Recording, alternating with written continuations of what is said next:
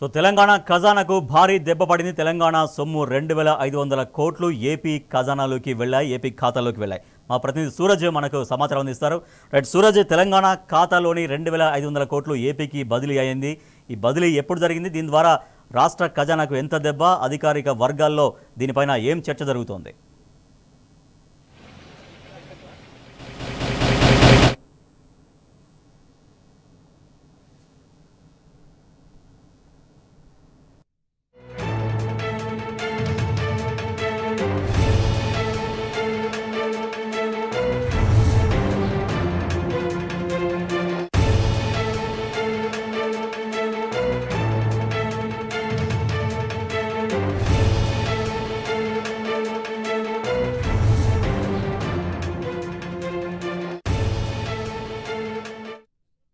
ప్రచురించడం రివాజ్గా కొనసాగుతుండేది. కానీ ఈసారి మాత్రం అలా జరగలేదు. ఎందుకంటే ఇక్కడి ప్రభుత్వం బదనమవుతుంది అనుకున్నారో లేకుంటే రేవంత్ రెడ్డికి చెడ్డ పేరు వస్తుంది అనుకున్నారో తెలియదు. కానీ మొత్తానికైతే ఆ వార్తను తెలంగాణ ఎడిషన్లలో మాత్రం ప్రచురించకుండా జాగ్రత్త పడ్డారు. మొత్తం మీద ఈ ఎపిసోడ్లో చూసుకుంటే కనుక దాదాపుగా 2500 కోట్ల రూపాయలు తెలంగాణ సర్కారుకు బొక్క పడినాయని చెప్పాల్సి ఉంటుంది. మామూలుగా మూలిగే నక్కపై తాటిపండు పడ్డట్టు అంటాం కదా, కాంగ్రెస్ సర్కార్ పరిస్థితి ఇప్పుడు అలాగే ఉంది. ఇప్పటికే ఆర్థిక సంక్షోభంలో కూరుకుపోతున్న పరిస్థితిలో, ఎన్నికల హామీలను ఒక్కటి కూడా నిలబెట్టుకోలేని పరిస్థితిలో, అరాకొరా పథకాలు తప్ప ఇప్పటివరకు ఒక ఫ్లాగ్షిప్ ప్రోగ్రామ్ ను అమలు చేయలేని పరిస్థితిలో ఆర్థిక సంక్షోభం నెలకొని ఉన్నదని కాంగ్రెస్ సర్కార్ ఓవైపు చెబుతున్న క్రమంలో కేంద్రంతో కుమ్మక్కై కేంద్రంలో లాబింగ్ చేసి చంద్రబాబు నాయుడు ఇవాళ తెలంగాణ రాష్ట్రాన్ని ఒక పెద్ద దెబ్బ కొట్టాడని చెప్పాల్సి ఉంటుంది. రాష్ట్ర ఖజానాకు 2500 కోట్ల రూపాయలు నష్టం చేకూరే విధంగా ఆయన చర్యలు చేపట్టారు.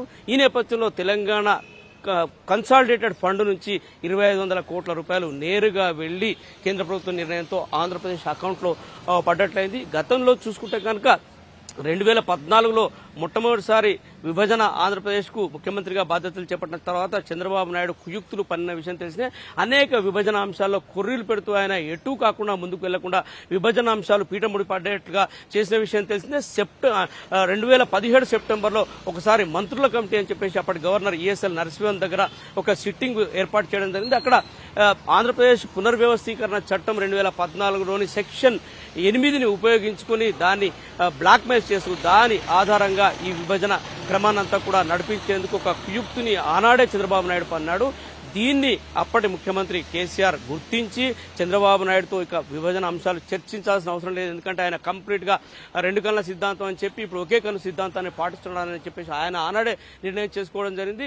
ఈ నేపథ్యంలో అసలు చంద్రబాబు నాయుడు ఉన్నన్ని రోజులు కూడా విభజన అంశాలు ఆయన పక్కన పెట్టారు. ఎందుకంటే దీంట్లో తెలంగాణ కొనుగోరే లాభం ఏం లేదు. విభజన చట్టంలోని లొసుగుల ఆధారంగా ఏదైతే చంద్రబాబు నాయుడు తెలంగాణను బ్లాక్మెయిల్ చేసి ఏపీకి లబ్ధి చేకూర్చే విధంగా ఆనాడు అడుగులు వేశారో ఆ క్రమంలో ఆయన అసలు ఏపీతో ఈ చర్చలే అవసరం లేదనే ఒక నిర్ణయం తీసుకోవడం జరిగింది. ఆ తర్వాత కూడా అనేక ప్రయత్నాలు జరిగాయి. జగన్ ప్రభుత్వం ఏర్పడిన తర్వాత కొన్ని అంశాలు సాఫీగా ముందుకు వెళ్లిన పరిస్థితి, విభజన అంశాలు కూడా కొన్ని పరిష్కారమైన పరిస్థితి మనం చూసాము. అన్ని కూడా సాఫీగా జరుగుతున్న క్రమంలో సడన్ గా మొన్న 2023 ఎన్నికల్లో అటు ఆంధ్రప్రదేశ్లో ఇటు తెలంగాణలో కూడా సర్కార్లు మారిన విషయం తెలిసిందే. అక్కడ చంద్రబాబు నాయుడు 2500 కోట్ల బదిలీ, తెలంగాణకు సంబంధించినటువంటి 2500 కోట్ల రూపాయలు ఆంధ్రప్రదేశ్కి బదిలీ అనేది ఎక్కడ బీజం పడింది, ఎప్పుడు బీజం పడింది? మొన్న ఈ మధ్యలో 2 రాష్ట్రాల ముఖ్యమంత్రుల భేటీలో దీనికి సంబంధించి బీజం పడింది అనుకోవచ్చా?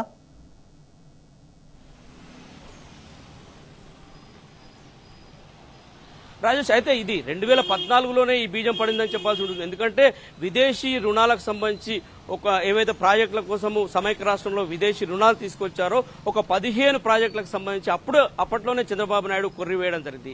అందులో ఒక 7 నుంచి 8 ప్రాజెక్టులకు సంబంధించి ఎక్కడైతే ఆ ప్రాజెక్టులు అమల్లో ఉన్నాయో ఆ ప్రాంతానికి సంబంధించి ఆ అప్పులు అక్కడ వాళ్ళకే చెందాల్సిందిగా ఆయన కొర్రి పెట్టడం జరిగింది. మరోవైపు కొన్ని ఏవైతే జనాభా ప్రాతిపదికన కూడా కొన్ని విభజించే విధంగా అంటే మొత్తం మీద ఒక 15 ప్రాజెక్టులకు సంబంధించి కొర్రి పెట్టారు. వాస్తవానికి ఆంధ్రప్రదేశ్ పునర్వ్యవస్థీకరణ చట్టంలోని 54(1) సెక్షన్ ప్రకారము ఏ అప్పులున్నా గానీ ఇరు రాష్ట్రాల మధ్యలో 52-48 దామాషా పద్ధతిలో, జనాభా దామాషా పద్ధతిలోనే జరగాలి. అయితే ఆంధ్రప్రదేశ్ వైఖరి ఎలా ఉంది అని అంటే తమకు లాభాలు వచ్చే ఏమున్నా గానీ 52% బాటా తీసుకుపోయే క్రమంలో తమకు లాభాలు రానివేమన్నా అప్పులు లాంటివి ఉన్నాయనుకోండి దాంట్లో 52 జనాభా ప్రాతిపదికన ఈ పంపకాలు వర్తించవు అన్న పద్ధతిలో వాళ్ళు వ్యవహరిస్తున్న పరిస్థితి కనిపిస్తుంది. ఈ నేపథ్యంలో ఈ 15 ప్రాజెక్టులకు సంబంధించి పీఠముడి పడ్డ నేపథ్యంలో ఈ మొత్తం విదేశీ అప్పులు దాదాపుగా 30,000 కోట్ల రుణాలు ఉంటాయి. ఈ 30,000 కోట్ల రుణాలకు సంబంధించి విభజన 52-48 దామాషా పద్ధతిలో జరగాల్సి ఉండింది. చంద్రబాబు నాయుడు ఆనాడు కుర్రి వేసిన క్రమంలో ఇది పెండింగ్ లో పడింది. ఇప్పటికీ తెలంగాణ ప్రభుత్వం కేంద్ర ప్రభుత్వానికి దాదాపుగా కొన్ని 10 సార్లు కూడా రిప్రజెంటేషన్ ఇవ్వడం జరిగింది. రెండు రాష్ట్రాల మధ్య అప్పుల పంపకాన్ని కూడా సెక్షన్ 54/1 ప్రకారం చేయాల్సిందిగా వాళ్ళు కోరుతూనే ఉన్నారు. మొన్న జూన్లో జరిగిన ఇరు రాష్ట్రాల ముఖ్యమంత్రుల భేటీలో కూడా ఈ అంశాన్ని ఎజెండాలో చేర్చాల్సిందిగా కూడా ఇరు రాష్ట్రాల ముఖ్యమంత్రులు ఒక అగ్రిమెంట్కి రావడం జరిగింది. ఈ నేపథ్యంలోనే తెలంగాణ అధికారులు కావచ్చు, ఇటు ఆంధ్రప్రదేశ్ అధికారులు కావచ్చు ఈ కసరత్తు చేస్తున్న దిశలో సడన్ గా చంద్రబాబు నాయుడు కేంద్ర ప్రభుత్వం దగ్గర లాబింగ్ చేసి, అంటే ఇప్పుడు అక్కడ పొత్తు ప్రభుత్వం ఉంది కనుక అక్కడ లాబింగ్ చేసి తెలంగాణను దెబ్బకొట్టిన దొంగ దెబ్బ కొట్టిన పరిస్థితి. కేంద్ర ఆర్థిక వ్యవహారాల శాఖ మంత్రిత్వ శాఖ దగ్గరికి వెళ్లి అక్కడ ఏదైతే ఎక్స్పెండిచర్స్ డిపార్ట్మెంట్ ఉంటుందో అక్కడ లాబింగ్ చేసి ఆ ఎక్స్పెండిచర్స్ డిపార్ట్మెంట్ నుంచి లాబింగ్ ద్వారా ఒక అడ్వైజరీని ఆయన విడుదల చేయించడం జరిగింది. ఆ అడ్వైజరీ ప్రకారము 2,500 కోట్ల రూపాయలు ఏవైతే తెలంగాణ అకౌంట్ లో నుంచి కన్సాలిడేటెడ్ ఫండ్ అంటారు, ఏకీకృత నిధి అంటారు, ఈ కన్సాలిడేటెడ్ ఫండ్ నుంచి నేరుగా ఆంధ్రప్రదేశ్ కు జమ అయ్యే విధంగా ఒక అడ్వైజరీని వాళ్ళు విడుదల చేయడం జరిగింది. ఈ మేరకు ఇప్పటికే ఇక్కడ తెలంగాణ ఖజానా నుంచి 2,500 కోట్ల రూపాయలు ఆంధ్రప్రదేశ్ కు తరలిపోయాయి. అనేక అంశాల్లో కూడా ఇవాళ తెలంగాణకు అన్యాయం జరిగే విధంగా చంద్రబాబు నాయుడు ముందడుగు వేస్తాడనే ఆందోళనలు ఒకవైపు వ్యక్తం అవుతూనే ఉన్నాయి. అంటే రేవంత్ రెడ్డి పక్కాగా ముఖ్యమంత్రి రేవంత్ రెడ్డి నాలెడ్జ్ లో ఉండే ఆయనకు తెలిసే ఇది జరిగిందనే అనుమానాలు అయితే వ్యక్తం చేస్తున్నారు. నిజంగా అట్లా తెలుస్తున్నప్పుడు అడ్డుకునే ప్రయత్నం అనేది ఎందుకు జరగలేదు తెలంగాణ రాష్ట్ర ప్రయోజనం దృష్ట్యా?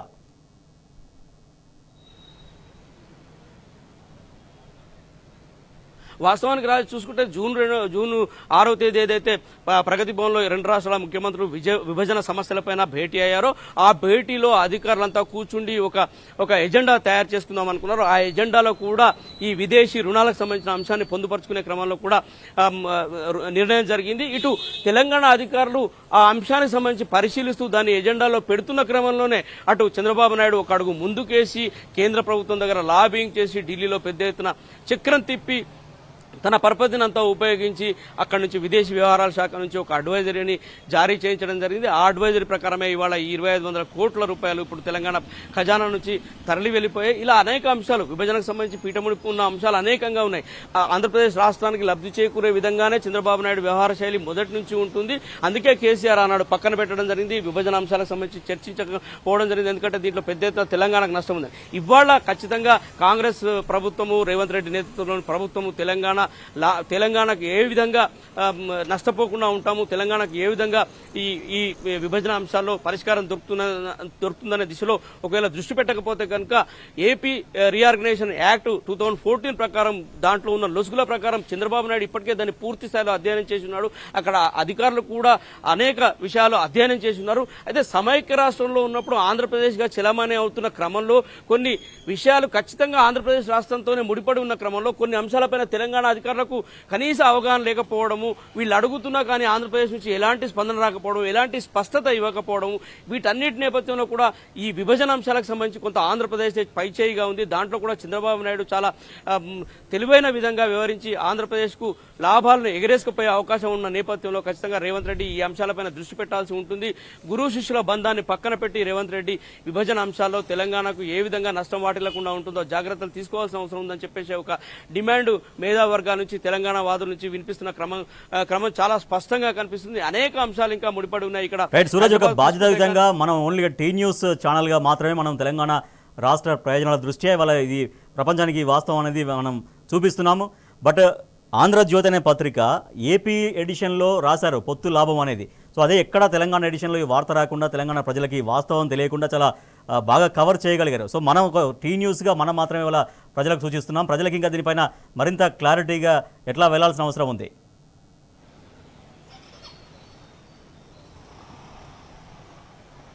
ఖచ్చితంగా రాజేష్, ఎందుకంటే ఇవాళ ఏకపక్షంగా కేవలం ఆంధ్రప్రదేశ్ ఎడిషన్లో మాత్రమే ఒక పత్రిక పతాక శీర్షికన ఈ వార్తను ప్రచురించింది. చంద్రబాబు నాయుడుకు అనుకూలమైన పత్రిక అనుకూలమైన వార్తను రాసింది. పొత్తు పెట్టుకోవడం వల్ల లాభం చేకూరింది అని బాజాప్తా బల్లగూదినట్లు పతాక శీర్షికన ఆ వార్తను ప్రచురించిన విషయం మనం చూస్తూనే ఉన్నాం. స్క్రీన్ పైన కూడా అది టెలికాస్ట్ అవుతుంది. నిన్న మనకు ఆల్రెడీ టీ న్యూస్ కూడా ఈ సమాచారం ఉంది, ఇట్లాంటి పరిస్థితి జరుగుతోంది అని చెప్పేసి తెలిసిన క్రమంలో మనము అధికారులను సంప్రదించడం జరిగింది, నిపుణులను సంప్రదించడం జరిగింది. అసలు ఇది ఏం జరుగుతుంది, వాస్తవ పరిస్థితులు ఏంటి, దీంట్లో ఏం జరిగితే ఏం జరుగుతుంది అనే లాభ నష్టాలు ఏంటి అని బేరీజ్ వేయడం జరిగింది. ఏదైతే నిన్న కేంద్ర ప్రభుత్వం తెలంగాణ అభిలాషకు వ్యతిరేకంగా, తెలంగాణ ప్రజల ఆకాంక్షలకు వ్యతిరేకంగా కేంద్ర ప్రభుత్వం నిర్ణయం తీసుకుందో దీనివల్ల ఖచ్చితంగా తెలంగాణ ప్రజలకు, తెలంగాణ రాష్ట్ర యావత్తుకు కూడా నష్టదాయకం అని చెప్పేసి కూడా ఒక అభిప్రాయం అధికారుల నుంచి వ్యక్తమైన పరిస్థితి కనిపిస్తుంది. ఎవ్వరికి ఎలాంటి సమాచారం లేకుండా చంద్రబాబు నాయుడు ఢిల్లీకి వెళ్లడం జరిగింది, కేంద్ర ప్రభుత్వంతో లాబింగ్ చేయడం జరిగింది, అక్కడ ఆర్థిక వ్యవహారాల మంత్రిత్వ శాఖతో సంప్రదింపులు జరపడం జరిగింది. 2500 కోట్ల రూపాయలు ఇక్కడి నుంచి ఏకాఏకి తరలి వెళ్లడం జరిగింది. ఈ తతంగం అంతా జరుగుతున్నా కానీ తెలంగాణ అధికారులకు కించిత్ మాత్రం కూడా కనీసంగా కూడా సమాచారం లేకపోవడం వాళ్ళు విస్మయాన్ని వ్యక్తం చేస్తున్న పరిస్థితి కనిపిస్తుంది. ఒక పరిస్థితిలో ఒకవేళ ముఖ్యమంత్రి రేవంత్ రెడ్డికి ఈ సమాచారం తెలిసే జరిగిందా అనే అనుమానాలు కూడా వ్యక్తం అవుతున్నాయి. ఎందుకంటే తెలియకుండా ఇంత పెద్ద ప్రాసెస్ ఎలా జరుగుతుందనే కోణంలో కూడా అధికారులు వాళ్ళు అనుమానాలను వ్యక్తం చేస్తున్న పరిస్థితి కనిపిస్తుంది. అసలు ఏం జరుగుతుంది విభజన అంశాల్లో ఇదొక్కటే ఇప్పుడు ఇలా జరుగుతుందా భవిష్యత్తులో కూడా రేపు? ఎందుకంటే కేంద్ర ప్రభుత్వంతో అక్కడ ఎన్డీఏ ప్రభుత్వంతో చంద్రబాబు నాయుడు పొత్తులో ఉన్నాడు, అనేక విభజన అంశాల పరిష్కారం అవ్వాల్సి ఉంది. ఇక్కడ తెలంగాణకు నష్టం వాటిల్లకుండా అనేక జాగ్రత్తలు తీసుకోవాల్సిన అవసరం ఉంది. తెలంగాణకు ఎట్లా చేస్తే నష్టం చేకూరకుండా ఉంటుంది అనే దానికి సంబంధించి అధ్యయనం చేయాల్సిన అవసరం ఉంది. వీటన్నిటి నేపథ్యంలో రేవంత్ రెడ్డి ఖచ్చితమైన దృష్టి సారించి ప్రతిదీ కూడా కూలంకషంగా తెలుసుకొని ఎట్లా చేస్తే తెలంగాణకు నష్టం జరగకుండా ఉంటుందనే దానికి సంబంధించి దృష్టి సారిస్తే కానీ అసలు విషయం బోధపడదు. అసలు విషయం బోధపడకపోతే ఖచ్చితంగా చంద్రబాబు నాయుడు దెబ్బ కొట్టి తీరుతాడు. ఇప్పుడు జరిగిన దొంగ దెబ్బనే మిగిలిన అంశాల్లో కూడా రేపు భవిష్యత్తులో కూడా జరుగుతుందనే ఆందోళన చాలా స్పష్టంగా వ్యక్తమవుతున్న నేపథ్యంలో ఖచ్చితంగా ప్రభుత్వం కావచ్చు, ముఖ్యమంత్రి కావచ్చు, ఖచ్చితంగా విభజన అంశాలపైన దృష్టి సారించాల్సి ఉంది. పూర్తి స్థాయిలో లోతైన అధ్యయనం చేయాల్సి ఉంది. ఎందుకంటే ఇంకొక సమాచారం ఏంటంటే మొన్నటి గవర్నర్ రాధాకృష్ణన్ను తిరుపతి వెళ్తున్న క్రమంలో విజయవాడలో విమానం ఆగినట్లుగా ఒక సమాచారం మనకు అందుతోంది. ఆ క్రమంలో చంద్రబాబు నాయుడు రాధాకృష్ణన్ కు ఒక పెద్ద ఫైల్, విభజనకు సంబంధించిన అంశాలకు సంబంధించి ఒక ఫైల్ ఇచ్చినట్లుగా సమాచారం అందుతోంది. వెంటనే దీనికి సంబంధించి మీరు చర్యలు తీసుకొని మీటింగ్ కండక్ట్ చేయాలని చెప్పేసి పోయిన గవర్నర్ రాధాకృష్ణన్ చంద్రబాబు నాయుడు కోరినట్టుగా కూడా సమాచారం అందుతోంది. ఇట్లాంటివన్నీ కూడా తెలియకుండా అసలు అధికారులకు కానీ తెలంగాణ ప్రభుత్వానికి కానీ తెలియకుండా చంద్రబాబు నాయుడు చేస్తున్న ఈ నక్క జిత్తులు ఏవైతే ఉన్నాయో ఖచ్చితంగా తెలంగాణ రాష్ట్ర ప్రజానిక ఆకాంక్షలకు భిన్నంగా ఉంటాయి, విరుద్ధంగా ఉంటాయనే ఒక ఆందోళన అయితే ప్రజల్లో వ్యక్తమవుతున్న పరిస్థితి కనిపిస్తుంది. అందుకే ఖచ్చితంగా ప్రభుత్వం దీనిపైన లోతుగా దృష్టి సారించి లోతుగా అధ్యయనం చేసిన తర్వాతనే విభజన అంశాలకు సంబంధించి చంద్రబాబు నాయుడుతో భేటీ అవుతే బాగుంటుంది. అధికారుల భేటీ కావచ్చు, మంత్రుల భేటీ కావచ్చు, అంతకంటే ముందు ఖచ్చితమైన అధ్యయనం జరిగి తీరాల్సి ఉందనే ఒక అభిప్రాయం మాత్రం వ్యక్తమవుతుంది. Rajesh. Right, thank you Suraj. Telangana ప్రజల భయం అనేది నిజమైంది. ఢిల్లీలో ఏకంగా ఆంధ్రప్రదేశ్ ముఖ్యమంత్రి చంద్రబాబు నాయుడు చక్రం తిప్పి రాష్ట్ర ఖజానా పైన తొలి దెబ్బ తీశాడు. పొత్తు బీజేపీతో పొత్తు ఎన్డీఏ కూటమిలో ఉన్నటువంటి దాన్ని ఆసరాగా చేసుకొని విభజన చట్టంలో ఉన్నటువంటి లొసుగుల్ని బేస్ చేసుకొని మన రాష్ట్రం నుంచి 2500 కోట్లు ఏపీకి తరలించుకు వెళ్లారు. సో ఇది స్వయంగా ముఖ్యమంత్రి రేవంత్ రెడ్డికి తెలిసే జరిగింది అనేటువంటి అనుమానాలు అధికార వర్గాల్లో వ్యక్తమవుతున్నాయి. సో ఇలా జరుగుతూ పోతే ఇంకా విభజన అంశాలు సమస్యలు చాలా ఉన్నాయి పెండింగ్లో. సో వాటి పరిస్థితి ఏంటనేటువంటి అనుమానాలు, సందేహాలు వ్యక్తమవుతున్నాయి. Right, thank you so much Suraj.